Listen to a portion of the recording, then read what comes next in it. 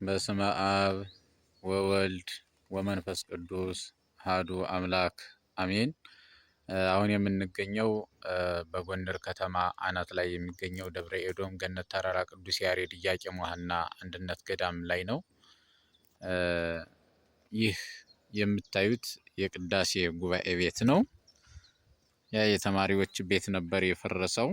አሁን ያንን ወደ ጎጆ ቀይረውታል። በዛ ትክ የተሰሩ ጎጆዎች እነኚህ ናቸው። እነዚህ ጎጆዎች የቅዳሴ ተማሪዎች የሚኖሩበት ወይም የቅዳሴ ጉባኤ ቤት የተማሪዎች መጠለያ ነው።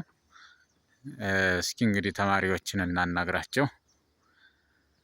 እንዴት አደራችሁ? ተሜ ሰላም አደራችሁ? ማን ነው ስምህ አንተ? ሰናይ ማን? ምንድን ነው የምትማር? ምን አድርሰሃል?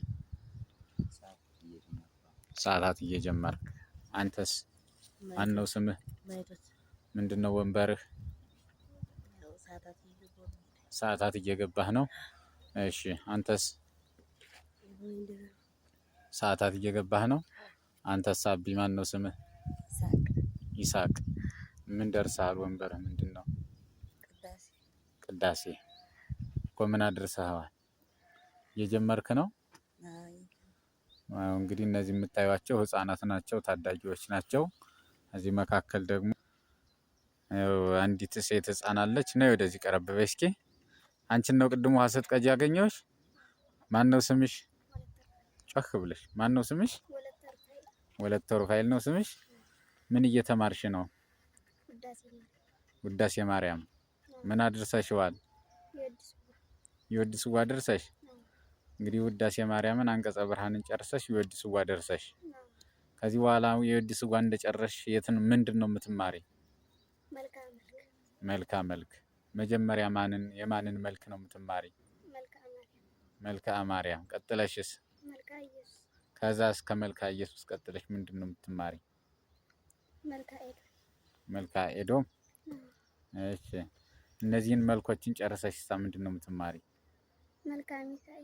መልካም ጠቅላላ መልኮችን ትማሪያለሽ። ከዛ ቀጥለሽስ የምትማሪ ምንድን ነው? ውዳሴ ማርያም ዜማ። እሺ ከውዳሴ ማርያም ዜማ ቀጥለሽስ? ወደ ቅኔ ቤት። እሰይ እግዚአብሔር ያስፈጽምሽ። ስምሽ ማን ነው? ወለተ ሩፋኤል። ከዚህ ሴት አንቺ ብቻ ነሽ ወይስ ሌሎችም አሉ? ነበሩ ግን ሄደዋል። አይደለም ምኑ ነው የሄዱ? ይመጣሉ። በምን ምክንያት ነው የሄዱ? በጸበል ምክንያት ነው አይደል? አንቺ እዚህ የመጣሽ መቼ ነው? ወር ሆኛል። እሺ ትምህርት ከሌላ ቦታ ጀመረሽ ነበር? አልጀመርኩም። ከዚህ ነው የጀመርሽ? ስለዚህ በወር ውስጥ ነው ይሄንን ሁሉ የተማርሽ? ማን ነው የወድስዋ የደረስሽ? ከዚህ በፊትም ተምሬ ነበር እዚህ አይደለ? አሁን ድጋሜ ከመጣሽ ወር ሆኖሻል ማለት ነው። ስለዚህ አሁን ወደፊት አላማሽ ምን መሆን ነው የምትፈልጊው? የቅኔ መምህር መሆን ነው የምትፈልጊው? የቅኔ መምህር ብትሆኝ የት ቦታ ነው ወንበር መትከል እና ማስተማር የምትፈልጊው? ከዚህ።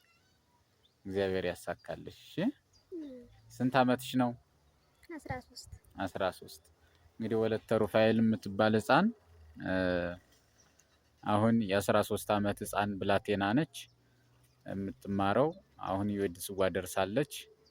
ወደፊት እቅዷ የቅኔ መምህር ለመሆን ነው። እግዚአብሔር አምላክ ሀሳቧን ያሳካላት። እስኪ አንድ ነገር በይልና እስኪ ለምሳሌ ውዳሴ ማርያም ከሁሉ ውዳሴ ማርያም አንዱን በይልኝ እስኪ። ከሁሉ ውዳሴ ማርያም ቆይ